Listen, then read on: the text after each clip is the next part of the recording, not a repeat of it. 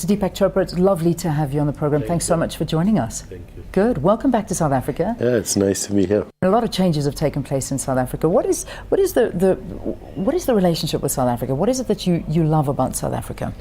It's a country that's facing a lot of challenges. On the other hand, it's a country that's also aspiring to reinvent itself. It's a country that has a legacy of colonialism, which is quite traumatic, but it's a country that needs to learn from the past, stay focused on what it wants to do right now, and reinvent the future. I would say this is a turbulent time, but adolescence is turbulence. You've managed to achieve so much in your life, and as one individual, to do so much. How do you tap into your true potential? You can tap into your true potential. Anybody can if they take time to be still, if they take time to reflect, if they take time to live important questions like who am I, what do I want, what's my purpose, if they are grateful for what they have, if they learn from mentors in history, mythology, religion, if they remember their peak moments of joy, if they focus on relationship, if they understand their backstory, their current story, and the future story that they want to create. You managed to find something inside you to tap in to become a better individual. How? I was lucky, probably. I'm a physician, so I saw a lot of suffering every day.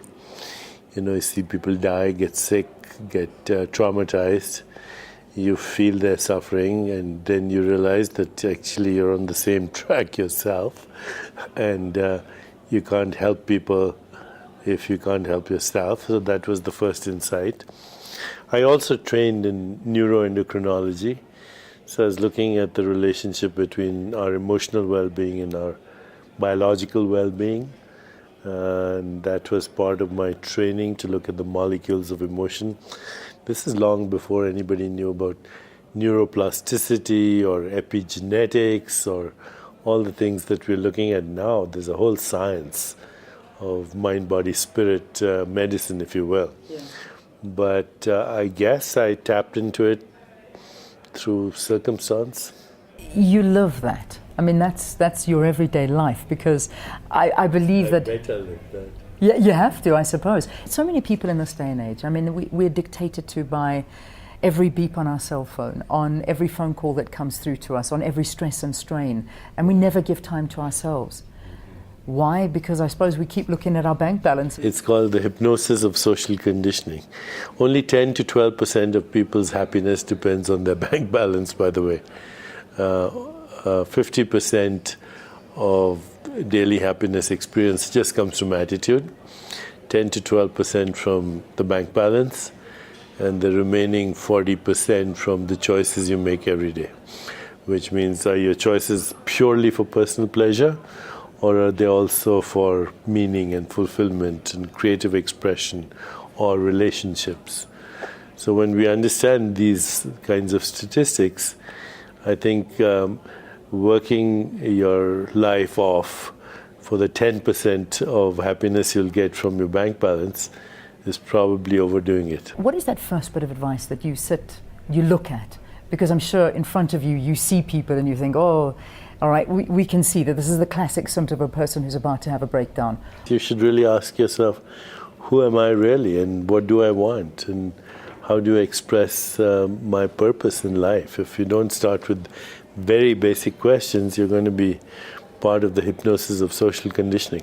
You're giving these talks here in South Africa, and there's obviously messages that you're giving out to the people here. The future of well-being, that's the name of these talks. So for people that are not able to attend these talks, what is the future of well-being? What do you believe it is? The future of well-being is more than physical, emotional, and spiritual well-being. It's also community well-being, social well-being, financial well-being, career well-being. Well-being correlates with just about everything that happens in an individual's life, in their family life, in their business life, professional life, in their community, in their country. So if you want to change the world, you have to start with yourself. 81 books down. I'm doing a book right now called Super Genes, a book called Creative Cosmos, a book on cosmic consciousness, a book on radical beauty, and those are the 4 that I'm working on right now. That's amazing. We look forward to so much more from you, Deepak Chopra. Thank you for talking to us.